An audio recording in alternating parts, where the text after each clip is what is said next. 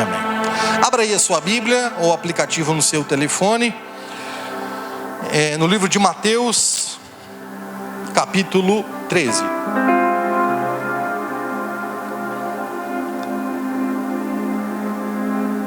Raila, no final, tu pula aí na frente para eu lembrar de vocês, tá bom? Faz assim, ó. Aí eu lembro que eu já esqueci, eu avisei, né? Mas aí no final vocês fazem eu lembrar do recado que os adolescentes têm para dar. Mateus capítulo 13, versículo 1. Se eu já puder ler, diga amém. Diz assim: naquele mesmo dia Jesus saiu de casa e assentou-se à beira-mar. Reuniu-se ao seu redor uma multidão tão grande que por isso ele entrou num barco e assentou-se. Ao povo reunido na praia, Jesus falou muitas coisas por parábolas. Eu vou ler de novo só a primeira parte do versículo 3 e a gente encerra aqui a leitura. Jesus falou muitas coisas por parábolas. Gostaria, sua gentileza, de você não continuar lendo agora, que você olhe para cá, para você entender a ministração. Nesse dia então Jesus especialmente vai ensinar através de parábolas sobre o reino, ao longo de todo o capítulo 13. Tudo que você ler, a partir do versículo 3 até o último versículo do capítulo 13, tudo aqui está relacionado ao reino de Deus, ou ao reino dos céus.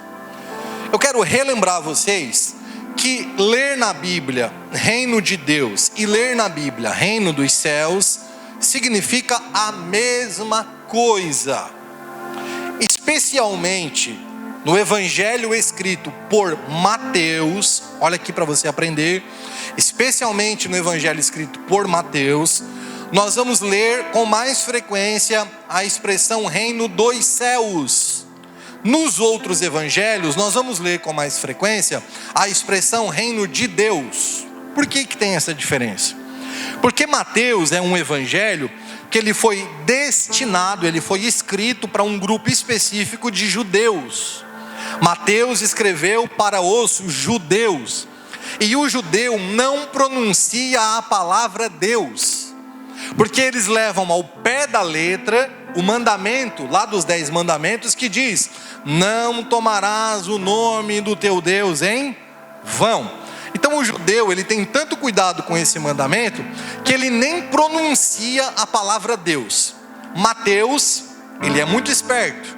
Mateus, sabendo que ele vai escrever para uma comunidade de judeus, e sabendo que o judeu não pronuncia a palavra Deus, Mateus então substitui reino de Deus por reino dos céus. Mas é a mesma coisa. Aquilo que Lucas vai dizer, reino de Deus, Marcos, João, tudo se refere ao reino dos céus. E o que é necessariamente o reino dos céus? Relembrando também o que vocês já sabem, que não tem nada a ver com um governo, com uma sede física, com uma construção na terra, onde tenha um palácio, onde tenha um território geográfico, por meio do qual Deus ou Cristo Jesus tenha um governo físico, no sentido comum da palavra governo. Não, o reino de Deus ele não é físico, o reino de Deus ele não é geográfico. O reino de Deus é nada mais, nada menos do que pessoas adotando um estilo de vida submetido à vontade de Deus, que é exercida na terra. Isso é uma explicação muito simples, e para alguns, admito, até mesmo simplista.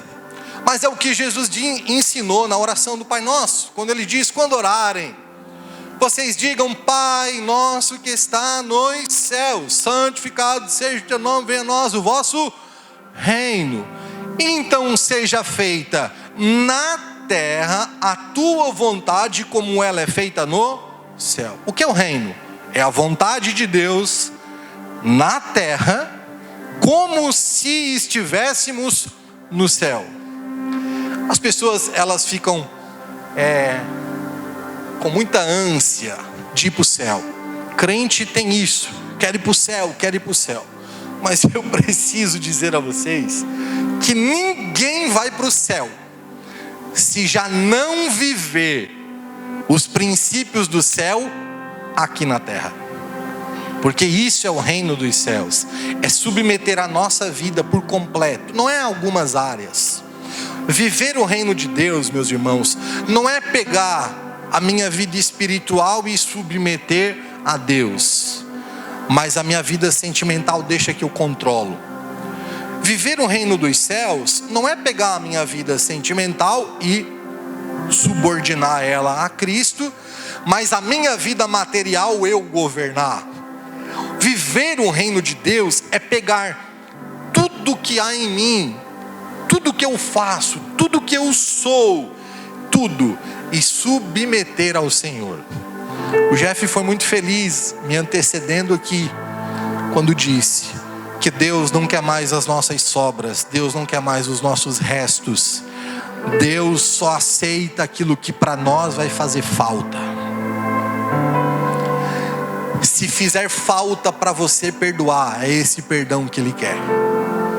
Se fizer falta para você liberar esse amor por aquela pessoa que te atribula, é esse amor que Ele quer. Se for te fazer falta essa oferta que você pretende dar, então é essa oferta que Ele quer. Se for fazer falta esse tempo que você vai usar para ler a Bíblia, que você vai deixar de fazer as suas coisas, para você orar, se for fazer falta para você, se você precisar renunciar o seu tempo de Instagram, se você for precisar renunciar o seu tempo de redes sociais, para ter um tempo com Deus, se vai te fazer falta, então é isso que Deus quer. Deus não quer mais o que sobra, Ele quer apenas aquilo que para nós for importante. Isso é o reino, é submeter toda a minha vida ao governo de Deus, para que se cumpra: venha o teu reino e seja feita aqui na terra a tua vontade, assim como ela é feita nos céus. Só que Jesus quer ensinar mais sobre isso. Mais. Então Ele vai ensinar mais sobre a dinâmica do reino dos céus, ou reino de Deus. Ele vai ensinar através de parábolas. E aqui ao longo do capítulo 13, não necessariamente nessa ordem, eu peço licença aos irmãos para aqui alterar a ordem, mas ele vai falar sobre 4 coisas importantes no reino de Deus. 4 coisas importantes. Primeira coisa que ele vai falar é sobre o valor que tem o reino de Deus na nossa vida. Ele diz, irmãos, que o reino de Deus, ele é como um tesouro que é encontrado em um campo. Então, o que a pessoa faz? Ela sabe que ali naquele campo tem um tesouro, ela vai vender tudo que ela tem, ela vai angariar todo o recurso que ela conseguir, e ela vai comprar o campo, porque no campo está o tesouro que representa o reino de Deus. Através dessa parábola de um acordo comercial, através dessa parábola de uma transação comercial, muito comum, vender terreno, comprar terreno. Lembrando que as parábolas são isso. As parábolas é Jesus pegando a vida das pessoas que acontece no dia a dia e extraindo lições espirituais. Então Jesus está pensando em alguém que está negociando um terreno, só que a pessoa está negociando o terreno porque naquele terreno tem algo que ela quer muito. A lição é: a gente tem que se desfazer de tudo que for preciso para conquistar o reino dos céus. A lição é: não existe nada mais importante do que o reino de Deus. O reino dos céus é como um tesouro escondido num campo. E certo homem, tendo-o encontrado, escondeu-o de novo. E então, cheio de alegria foi, vendeu tudo o que tinha e comprou aquele campo. É o que está escrito no versículo 44 do capítulo 13. A pergunta que eu preciso fazer para vocês é: quanto vale o reino de Deus para você? Quanto vale o reino de Deus? Qual o valor do reino? Essa é a primeira lição através de uma parábola. Qual o valor do reino para você? Jesus disse: buscai primeiro, ou em primeiro lugar, o reino dos céus e a sua justiça, e estas coisas vos serão acrescentadas. Antes de dizer isso, Jesus dá uma lista de coisas que o ser humano precisa, como alimento, vestimenta, moradia.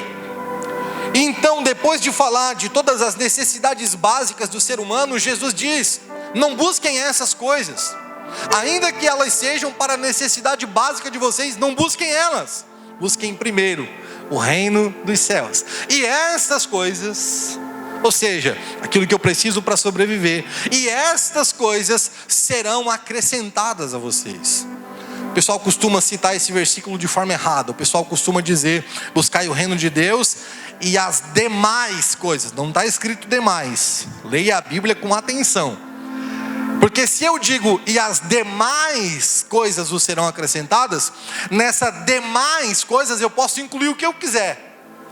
Então, se o cara quer ter uma Ferrari, ele diz assim: eu vou buscar o reino, e aí as demais coisas que incluem uma Ferrari, Deus vai ter que me dar. Não, o texto não diz isso. O texto bíblico, e aqui a igreja Vivendo o Reino é uma igreja que prega a Bíblia, amém? O que a Bíblia diz é: Jesus dá uma lista de coisas que se referem à nossa necessidade básica para a sobrevivência.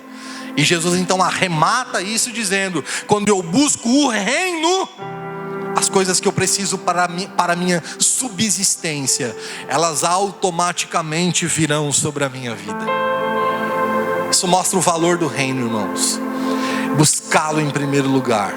Quando você vai comprar, você precisa ver ou consultar a Deus para ver se é a vontade de Deus.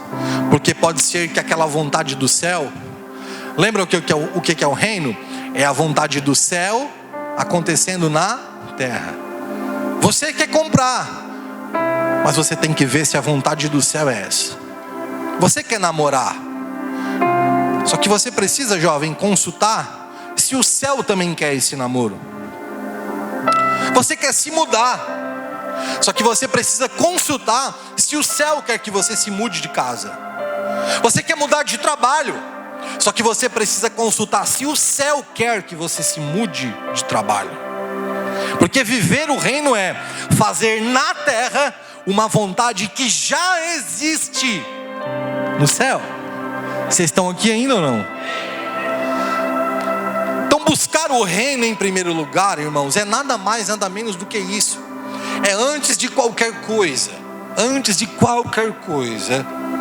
eu buscar a orientação do meu rei, para saber se é a vontade dele ou não. Jesus continua, e em uma segunda parábola, ele ensina sobre a expansão do reino. Nessa parábola, Jesus compara o reino dos céus com um fermento que uma mulher está fazendo um pão e ela joga na massa. Quando a mulher ela lança o fermento na massa, não vai ficar nenhuma parte da massa que não seja levedada, porque o fermento tem esse poder. O fermento ele vai se infiltrando, tudo que estiver em contato com a massa será fermentado. Nessa parábola, Jesus está ensinando que o reino dos céus ele é como um fermento agindo em uma massa de pão. Ele vai se infiltrando e ele vai se alastrando, e o resultado é a expansão. Como é um bolo sem fermento? É um bolo sola de havaiana, né? E como é um bolo com fermento? É um bolo... Por falar nisso, essa semana alguém me prometeu um pão. Acabei de lembrar o nome, mas eu não vou falar.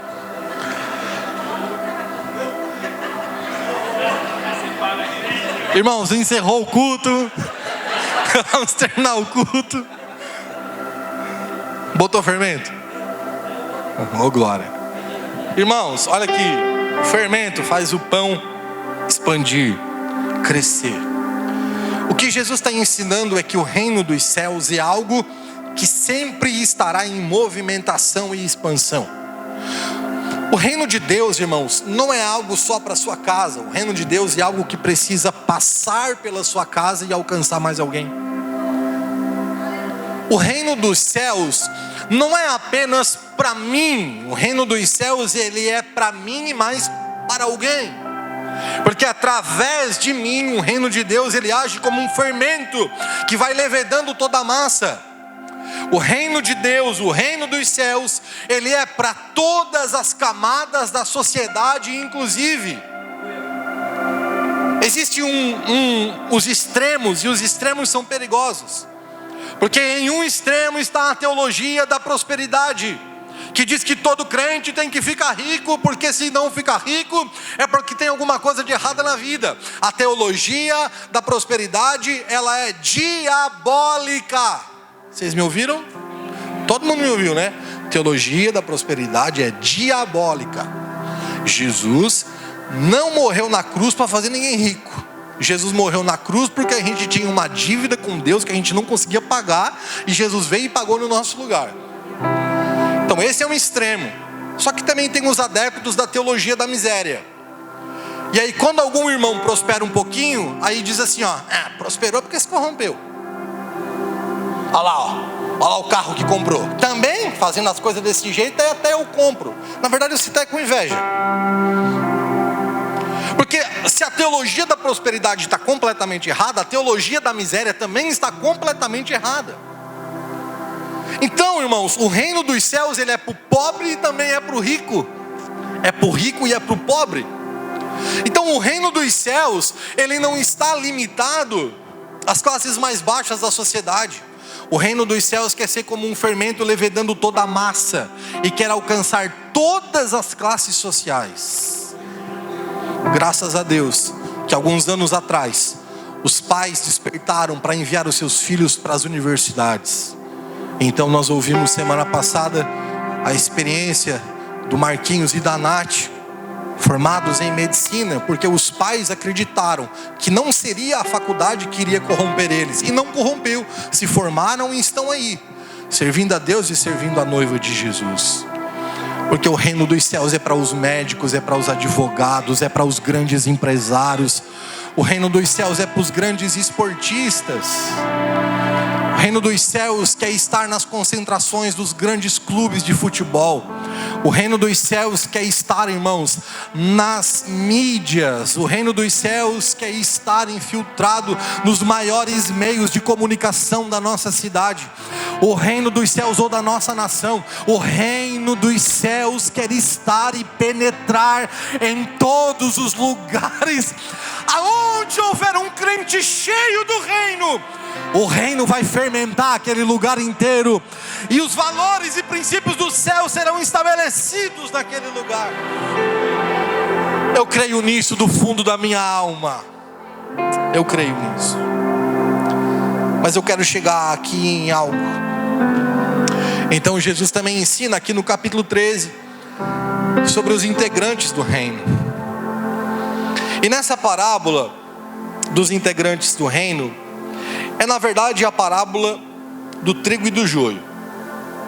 A parábola diz assim, Jesus contou outra parábola dizendo: o reino dos céus é como um homem que semeou boa semente no seu campo. Mas enquanto todos dormiam, veio o seu inimigo e semeou o joio no meio do trigo e se foi. Quando o trigo brotou e formou espigas, o joio também apareceu. Os servos do dono do campo dirigiram-se a ele e disseram: Senhor, tu não semeou boa semente no teu campo? Então de onde é que veio esse joio? Um inimigo fez isso, respondeu ele. Os servos lhe perguntaram: o senhor quer que a gente tire? Ele respondeu: não, porque ao tirar o joio, vocês poderiam também arrancar o trigo com ele. Deixem que cresçam juntos até a colheita. Então direi aos encarregados da colheita: juntem primeiro o joio e amarrem-no em feixes para ser queimado. Depois juntem o trigo e o guardem no meu celeiro. Vocês pensam que é fácil falar o que eu vou falar agora aqui, como pastor de uma igreja? Vocês acham que é fácil o que eu vou falar? Mas sabe qual é a explicação e a interpretação fiel e honesta desse texto? Sem floreio, a exposição honesta disso daqui é que nem todo mundo que está dentro de uma igreja é um servo verdadeiro de Jesus. Essa é a exposição disso. Enquanto você não resolver essa crise dentro de você, meu amigo, minha amiga, Enquanto você não resolver essa crise dentro de você, não vai ter igreja que preste. Enquanto você não resolver isso internamente, não vai ter igreja que você vai achar. Porque a igreja que você botar esse seu pezinho bonitinho em qualquer lugar do planeta, terá sentado em suas cadeiras, ou em suas poltronas, ou em seus bancos, terão sentados trigo e... Não dá para correr disso. Não tem como. O que Jesus está ensinando é: não queira mexer, deixa os dois juntos. Então eu, irmãos, não tenho o direito de dizer assim, ó, tu é um joio. Eu não tenho esse direito. Ninguém tem. Ó, tu é um joio. Jesus está dizendo assim, ó, deixa os dois juntos. Porque vai ter o dia da separação. Vai ter o dia em que o próprio Senhor descerá do céu na sua vinda gloriosa, e Ele vai separar quem é joio e quem é trigo. Então onde eu quero chegar é que a igreja não é perfeita. A igreja não é perfeita. E eu vou falar para vocês, Viver no Reino é uma igreja com um monte de problema. Aqui tem um monte de problema. Então se você está namorando a Viver no Reino porque pensa em congregar aqui, eu já quero ser teu amigão e já adiantar para você que essa igreja aqui é uma igreja cheia de problema. Não vou enganar vocês. Agora, irmãos, a verdade é que nós precisamos estar ligados ao corpo de Cristo. E junto ao corpo de Cristo terá pessoas infiltradas que não pertencem ao corpo de Cristo. São pessoas que estão por aí, dentro das igrejas. São pessoas que estão por aí, nos cultos. São pessoas que estão por aí, elas levantam a mão, elas falam aleluia, elas cantam as músicas. Algumas delas pregam, algumas delas são até líderes. Mas é joio junto com o trigo. A igreja não é perfeita. Só que apesar da sua imperfeição, nós precisamos amar a igreja e entender que mesmo ela sendo imperfeita, é melhor na igreja do que fora da igreja. Sabe o que eu sempre falo, Martim? Eu falo sobre a Arca de Noé. Vamos pensar o que foi a Arca de Noé? Vamos pensar junto aqui? Vamos pensar que a Arca de Noé foi um hotel 5 estrelas maravilhoso. Alguém consegue imaginar isso? Eu não consigo. Vamos imaginar que a Arca de Noé, aquele um ano inteiro lá dentro, foi um spa. Eu não consigo. Irmão, bicharada fazendo cocô. Bicharada fazendo cocô, um ano. Imagina a algazarra, imagina a gritaria dentro daquela arca. Vocês imaginam a bagunça que era? Aí eu pergunto para vocês, com todos os problemas da arca, era melhor dentro da arca ou lá fora se afogando? Com todos os problemas que a igreja tem, é melhor na igreja do que fora da igreja. A igreja é como a Arca de Noé, ela não é perfeita, ela tem os seus problemas. Mas como a arca, nós temos uma única janela aberta. Para cima, olhe para cima e diga: eu só estou aqui por causa de ti.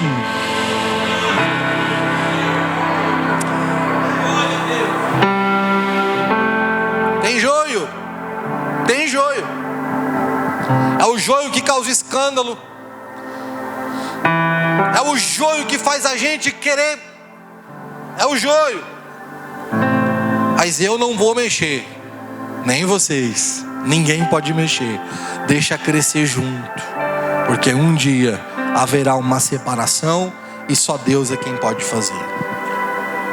Para encerrar, há uma quarta parábola onde Jesus então vai ensinar sobre o serviço no reino. É a parábola do semeador. Uma parábola um pouco mais extensa, eu não vou ler, eu não quero cansar vocês. Mas na parábola do semeador, alguém sai a semear. A pessoa sai para trabalhar. Então Jesus, relembrando que parábolas são lições extraídas do dia a dia da vida comum das pessoas daquela época. Jesus estava olhando um cara que saiu de manhã de casa, abriu a porta, deu um beijo nas crianças, deu um beijo na mulher e veio com um alforje. O alforje era uma bolsa de couro, um cinto assim, cheio de semente. E Jesus está vendo esse cara saindo de casa e indo trabalhar. E Jesus está vendo que esse cara vai para o campo. Então esse homem vai e ele vai semeando. Aí Jesus diz que tem semente que caiu na beira do caminho, e a ave veio e pegou a semente, e a semente não deu em nada. Outra caiu num terreno que tinha pouca terra e muita pedra, então também não deu certo, não deu em nada. Jesus ainda fala de um terceiro tipo de solo que estava cheio de espinho, e também não deu em nada a semente. E Jesus fala de um quarto tipo de solo que estava fértil e que deu muitos frutos. Não escolha o solo. Sim, Jesus te trouxe aqui para ouvir isso. Para de escolher solo. Só lança a semente. Porque não é eu que sei qual é a semente que vai dar fruto. Pastor, mas decepciona muito, irmãos. É toda semana eu e a Thalita, a gente recebe notícia que a gente olha um para a cara do outro e a gente diz assim: meu Deus, investimos tanto, aconselhamos tanto, discipulamos tanto, falamos tanto, visitamos tanto, conversamos tanto, mas não deu. Aí eu vou desistir de semear? Eu não, porque eu creio no poder de uma semente. Essa semana, num treinamento de célula lá em casa, que eu estou fazendo para a gente ter mais células, estou treinando mais um pessoal lá em casa, a gente estava conversando sobre isso. Porque tem gente que ouve eu falar sobre o ministério infantil e quer colocar um rótulo em mim, que eu sou inocente, que eu sou um pastor vislumbrado, que eu sou um pastor meio sem noção. Esse pastor quer concorrer com a escola. Esse pastor quer que a criança fique a semana inteira aprendendo porcaria. E esse pastor aí acha que só uma vez na semana a criança vindo aqui no ministério infantil ouvir uma instrução bíblica, esse pastor está achando que vai adiantar. 5 dias recebendo semente ruim e 1 dia só recebendo uma semente boa. A minha resposta sempre vai ser: eu acredito no poder da nossa semente. O diabo pode semear quanto for. Se uma semente nossa cair numa terra boa, os frutos vão ser milhares e milhares para a glória de Deus. Irmão, imagina uma criança dessa numa roda de uma faculdade pregando para uma universidade. Irmãos, imagina uma criança dessa numa roda de empresários, dizendo assim: não, eu só faço negócio de forma honesta. Imagina uma criança dessa, irmãos. Agora imagina você. Imagina a sua casa. Imagina o lugar onde você trabalha. Imagina a sua vida. Você tem a semente na mão. E o nosso papel no reino é semear. Pastor, mas é uma terra seca. Tem mesmo, um monte de terra seca. Eu sei que tem. Pastor, mas é um espinheiro, pastor. Não tem problema, lança. Porque uma hora você vai ver a semente dar frutos. Não desista de semear, aleluia. Feche os seus olhos, eu quero liberar e ministrar essa palavra sobre a tua vida. Não desista de semear. Não desista de liberar palavras sobre teu casamento. Não desista de liberar palavras sobre teus filhos. Não desista de liberar palavras sobre os teus negócios. Não desista de liberar palavras sobre sua igreja. Não desista de liberar palavras sobre o seu ministério, porque nós temos sementes poderosas nas nossas mãos e vai dar fruto.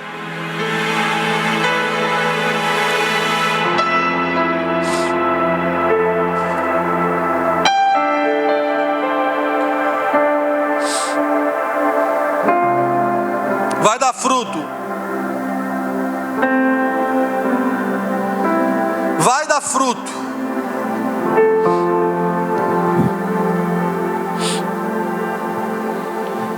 E quanto à semente que caiu em boa terra, diz o versículo 23, esse é o caso daquele que ouve a palavra. Então qual é a semente que nós temos? A palavra. Com todo respeito, olha aqui para minha cara gorda, a tua opinião não é uma semente. Desculpa, mas eu preciso te dizer, a tua opinião não é uma semente, a palavra é. Olha aqui para mim com todo respeito, o que tu acha não é uma semente, a palavra é uma semente. É só a palavra que é uma semente. Então se você quer fazer qualquer coisa, faça pela... Enquanto a semente que caiu em boa terra, esse é o caso daquele que ouve a palavra. A palavra é a semente. E dá uma colheita de 100, de 60 e de 30. Para encerrar, nós precisamos respeitar isso. Porque tem gente esperando colheita de 100, sendo que o próprio Deus determinou que a colheita é só 30. E tem muita gente produzindo 30 que era para estar produzindo 100. Vocês estão aqui? Tem gente exigindo demais de que não era para estar exigindo. E tem gente produzindo menos do que era para estar produzindo. O Senhor quer fazer nessa noite um equilíbrio no seu entendimento, para que você tenha sabedoria para lidar com diferentes tipos de solo. Fique de pé. O Senhor quer te dar essa sabedoria para você saber lidar com os diferentes tipos de solo.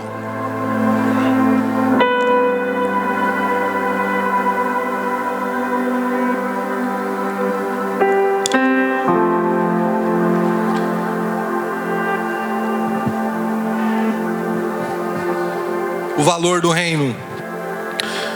Qual é o valor do reino para você? A expansão do reino. Trabalhe para o reino dos céus expandir e crescer. Os integrantes do reino sempre vai ter joio junto com o trigo. E o nosso serviço no reino é semear. Vai ter semente que não vai dar em nada, mas Deus está preparando uma grande colheita para você. Feche os teus olhos. Ore pelo solo que você tem semeado. Eu quero te convidar a nesse momento fazer uma oração pelo solo que você tem semeado. Ore. A tua palavra esconde, dada no meu coração, pra eu não pecar contra ti, Senhor. A tua palavra esconde nas vestes do sangue lavei, das tuas ser uma oferta agradável a ti, minha vida a ti consagro. Os dons e talentos são pra te servir, meus dons preciosos são teus. Vejo razão da minha vida sem ti, tu és meu Senhor. Assim como o ouro refina o ouro, vem tua obra em mim e até que o mundo possa, tua glória em meu rosto brilha.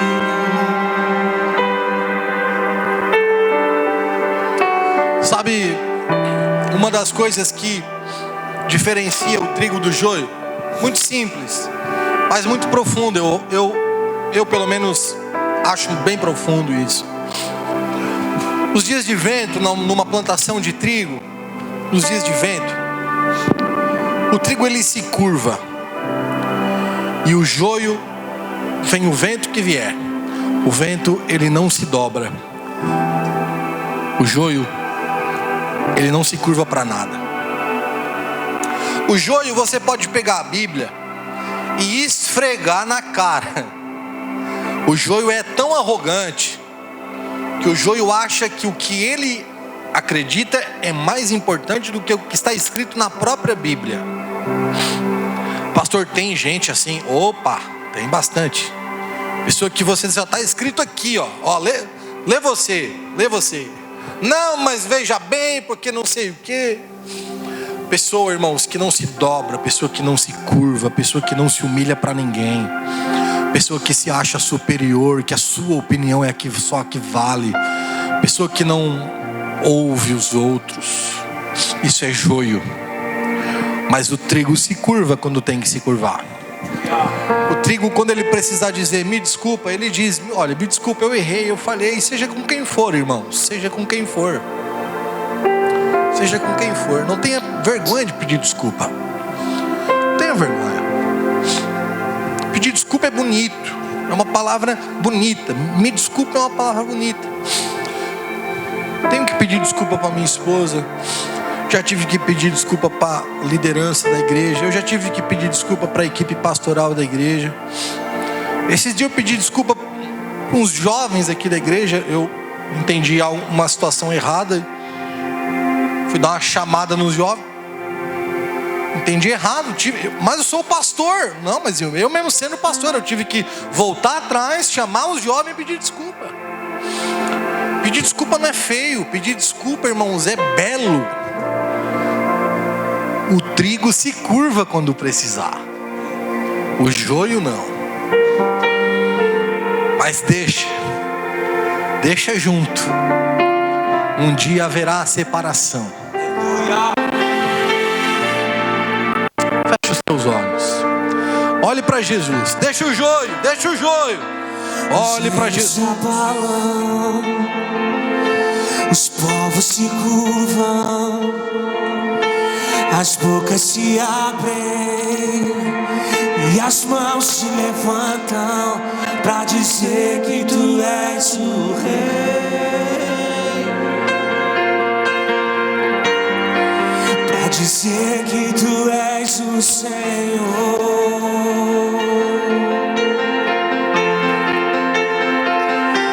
Os reinos se abalam,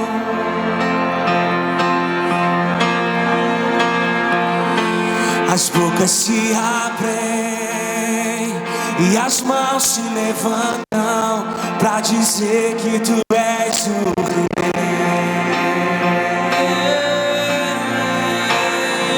para dizer que tu és o Senhor, para dizer que tu és o Rei, para dizer que tu és o... Vamos declarar isso a Ele nessa noite.